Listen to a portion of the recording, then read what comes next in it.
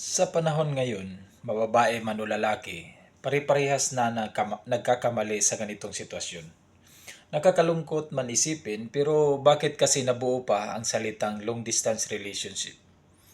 Ito ang pag-uusapan natin sa video na ito. Kung isa ka ngayon sa libu-libong tao na may ganitong klaseng relasyon, mabuting mapanood mo ito, baka isa ka na sa mga biktima ng salitang panluloko. Paalala lang, ang aking sasabihin ay posible lamang na makatulong sa iyo na makita ang mga sinyalis na niluloko ka na ng partner mo.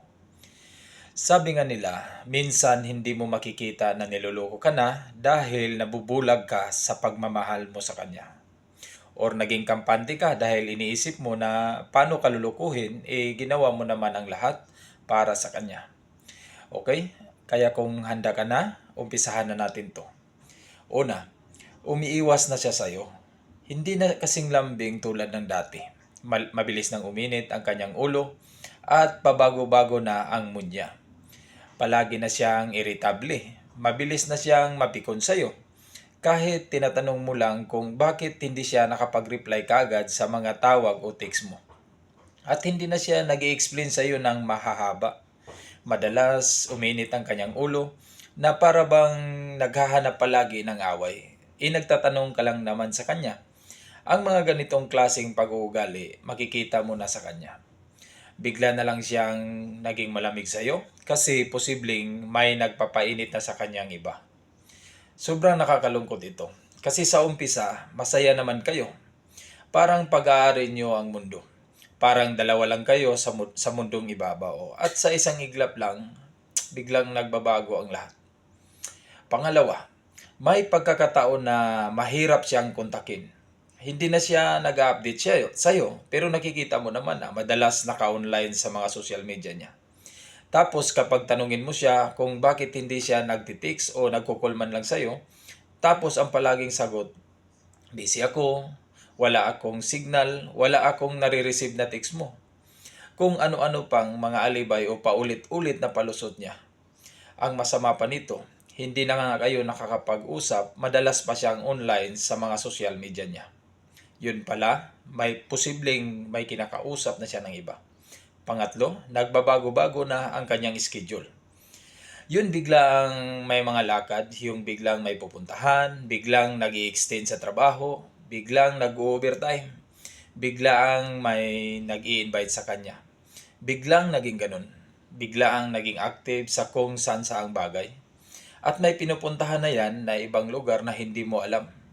At kung magtatanong ka, bakit hindi ka nakakapag-reply kanina? Sasabihin niya sa'yo, galing ako sa ganito, galing ako sa kaibigan ko, nakasilent kasi yung phone ko. At napapansin mo na sa kanya na may mga lugar na siyang pinupuntahan na doon lang niya nababanggit. Na noon naman wala yun. So maraming nagbabago sa kanya sa mga pinupuntahan niya.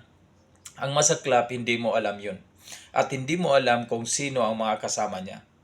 At hindi mo rin alam kung ano talaga ang ginagawa niya. Na sa tuwing magtatanong ka kung bakit hindi siya nakapag-reply sa iyo kaagad o makasagot kaagad sa mga tawag mo, bigla na lang nagsusulputan ang mga alibay na ganito, ganyan. Posibleng isa na yan sa mga sign na niluloko ka na niya. Pang-apat, may mga bagong tao na yang nakakasama sa buhay niya. Ang masaklap, hindi niya ito pinapakilala sa iyo. Hindi niya ito binabanggit sa iyo. Basta lang sasabihin niya sa iyo na kapitbahay niya, kasamahan lang niya sa trabaho, kaibigan niya, kakilala niya, kaibigan ng kaibigan niya, at kung ano-ano pa. Ang mahirap nito, dati naman walang ganun eh. Dati yung mga kaibigan niya, pinapakilala naman niya sa iyo. Binabanggit naman niya sa iyo. Kahit nasa long distance relationship kayo. Yung mga bagong nakilala niya o nangyayari sa buhay niya, sinasabi naman niya sa iyo. Pero ngayon, nag-iba na. Bigla na lang magsabi na yung kapitbahay, in-invite ako. Yung katrabaho ko, in-invite ako. Kaibigan ng kaibigan ko, in-invite ako. At kung ano-ano pang biglaang pag-iimbita sa kanya. Na kung tinatanong mo, hindi naman niya mababanggit ang mga pangalan nito. Tapos, kapag tinatanong mo kung sino yun, sasagutin ka lang niya, kahit banggitin ko sa iyo yun, hindi mo naman kilala yun. Kahit ikwento ko sa iyo, hindi mo naman sila kilala. Parang nagkautang loob ka pa doon sa kanya dahil doon sa pag-i-explain niya na may bago na siyang mga kasama.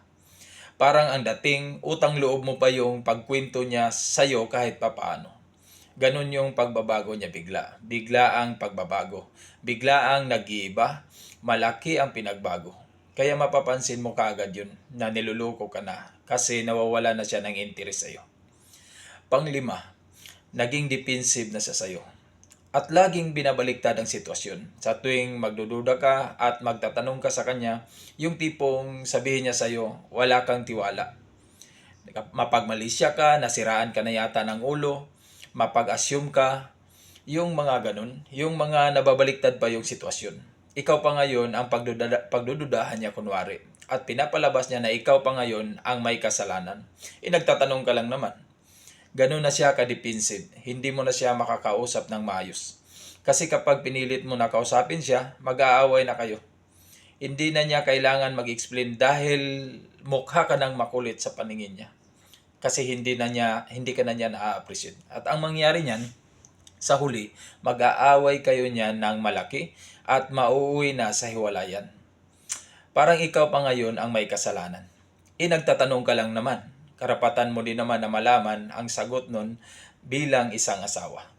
At siyempre, karapatan din niya na mag-explain dahil nga mag-asawa kayo. Pagka ganun na ang nangyayari, isang sign na yan na posibleng niluloko na kayo ng asawa nyo o karelasyon nyo. At bago ko tapusin ang video na ito, masasabi kong kayo na bahala kung ihinto o ipagpatuloy nyo pa ang inyong relasyon. Tandaan natin, iba't iba ang klase ng manluloko. May mga baguhan pa lang, may mga expert na, yung sanay na, o may tinatawag na super expert na. Ang maging advice ko lang, huwag nyong ubusin ang inyong pagkatao sa ganyang klaseng tao. Hindi lang naman sila ang tao sa mundo, marami pa naman dyan. May mga taong nakalaan talaga para sa inyo. At doon nyo ibubuhos ang pagmamahal nyo. Kapag nakikita nyo na ang mga sign na ito, siguro bitawan nyo na ang relasyon nyo. Hindi na rin ito talaga mag-work. Sayang lang ang oras nyo dito. At hanggang dito na lang muna ako at maraming salamat pala.